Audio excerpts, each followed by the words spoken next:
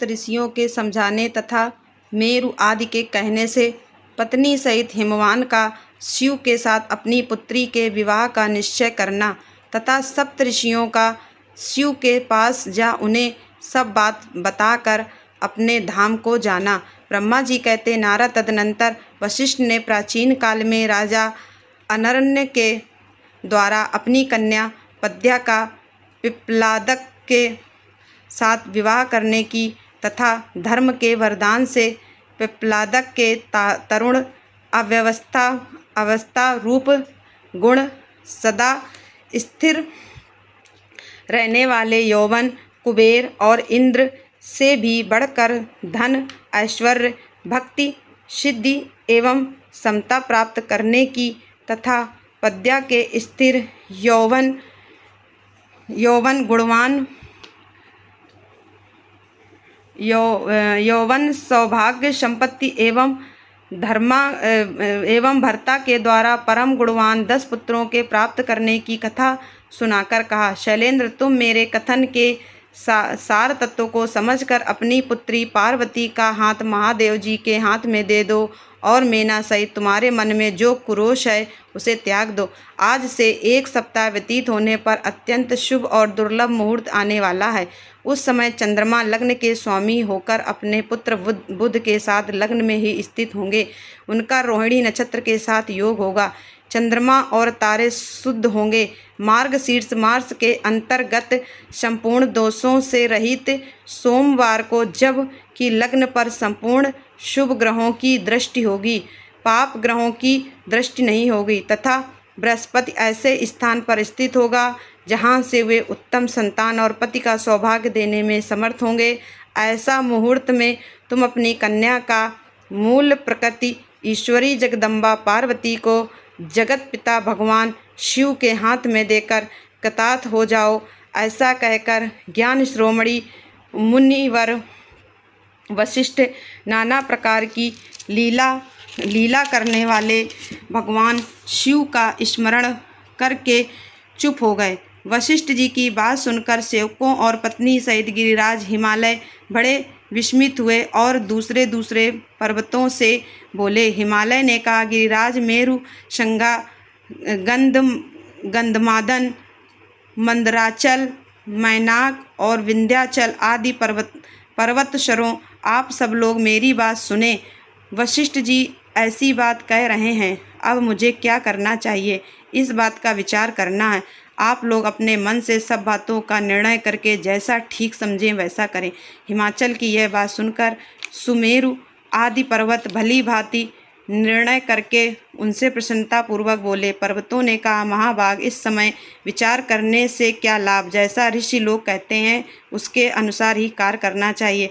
वास्तव में यह कन्या देवताओं का कार्य सिद्ध करने के लिए ही उत्पन्न हुई है। इसने शिव के लिए ही अवतार लिया है, इसलिए यह शिव को ही दी जानी चाहिए।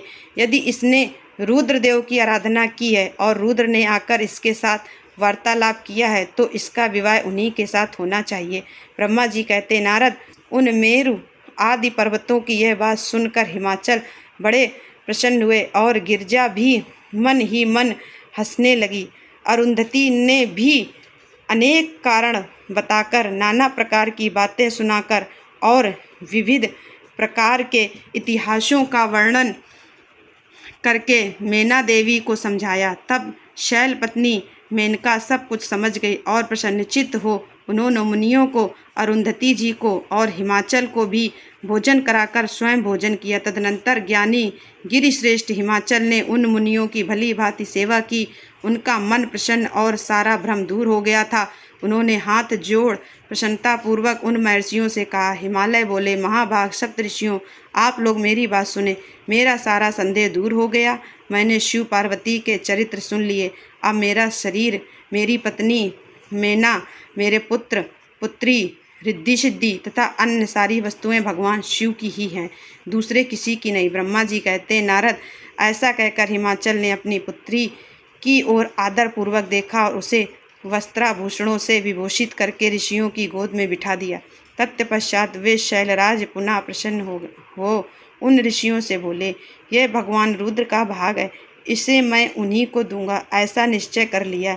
ऋषि बोले, गिरिराज भगवान शंकर तुम्हारे याचक हैं, तुम स्वयं उनके दाता हो और पार्वती देवी भिक्षा हैं, इससे उत्तम और क्या हो सकता है। हिमाचल, तुम समस्त पर्वतों के राजा, सबसे श्रेष्ठ और धन्य हो, अतः तुम्हारे शिखरों की सामान्य गति है।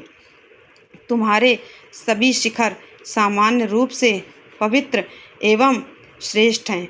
ब्रह्मा जी कहते हैं, नारद, ऐसा कहकर निर्मल अनंतःकरण वाले उन मुनियों ने गिरिराज कुमारी पार्वती को हाथ से छूकर आशीर्वाद देते हुए कहा, शिवे, तुम भगवान शिव के लिए सुखदायिनी हो, तुम्हारा कल्याण होगा। जैसे शुक्ल पक्ष में चंद्रमा बढ़ते हैं, उसी प्रकार तुम्हारे गुणों की वृद्धि हो। ऐसा कहकर सब मुनियों ने गिरिराज को प्रसन्नता पूर्वक फल फूल दे विवाह के पक्के होने का दृढ़ विश्वास कर लिया। उस समय परम सती सुमुखी अरुंधति ने प्रसन्नता पूर्वक भगवान शिव के गुणों का बखान करके मीना को लुभा दिया। तदनंतर गिरिराज हिमवान ने परम उत्तम मांगलिक लोकाचार का आश्रय ले हल्दी और कुमकुम से अपनी दाढ़ी मूंछ का मार्जन किया। तत्पश्चात चौथे दिन उत्तम लग्न का निश्चय करके परस्पर संतोष दे वे सप्तऋषि भगवान शिव के पास चले गए। वहां जाकर शिव को नमस्कार और विविध सूक्तियों से उनका स्तवन करके वे वशिष्ठ आदि सब मुनि परमेश्वर शिव से बोले। ऋषियों ने कहा, देव महादेव परमेश्वर महाप्रभु, आप प्रेम पूर्वक हमारी बातें सुने। आपके इन सेवकों ने जो कार्य किया है उसे जान लें। महेश्वर, हमने नाना प्रकार के सुंदर वचन और इतिहास सुनाकर गिरिराज और मेना को समझा दिया है। गिरिराज ने आपके लिए पार्वती का वाग्दान कर दिया है। अब इसमें कोई ननुनच नहीं है। अब आप अपने पार्षदों तथा देवताओं के साथ उनके यहाँ विवाह के लिए जाइए। महादेव प्रभु, अब शीघ्र हिमाचल के घर पधारिए और वेदोक्त रीति के अनुसार पार्वती अपने लिए पाणी ग्रहण कीजिए। सप्तऋषियों का यह वचन सुनकर लोकाचार परायण पर महेश्वर प्रसन्नचित्त हो हंसते हुए इस प्रकार बोले। महेश्वर ने कहा, महाभाग सप्तऋषियों, विवाह को तो मैंने न कभी देखा और न सुना ही है। तुम लोगों ने पहले जैसा देखा हो उसके अनुसार विवाह की विशेष विधि का वर्णन करो। महेश्वर के उस लौकिक शुभ वचनों को सुनकर वे ऋषि हंसते हुए देवाधिदेव भगवान सदाशिव से बोले। ऋषियों ने कहा, प्रभु, आप पहले तो भगवान विष्णु को विशेषता उनके पार्षदों सहित शीघ्र बुला लें, फिर पुत्रों सहित ब्रह्मा जी को, देवराज इंद्र को, समस्त ऋषियों को, यक्ष गंधर्व किन्नर सिद्ध विद्याधर और अप्सराओं को प्रसन्नता पूर्वक आमंत्रित करें। इनको तथा अन्य सब लोगों को यहाँ सादर बुलवा लें। वे सब मिलकर आपके कार्य का साधन कर लेंगे, इसमें संशय नहीं है। ब्रह्मा जी कहते, नारद, ऐसा कहकर वे सातों ऋषि उनकी आज्ञा ले भगवान शंकर की स्तुति का वर्णन करते हुए वहाँ से प्रसन्नतापूर्वक अपने धाम को चले गए।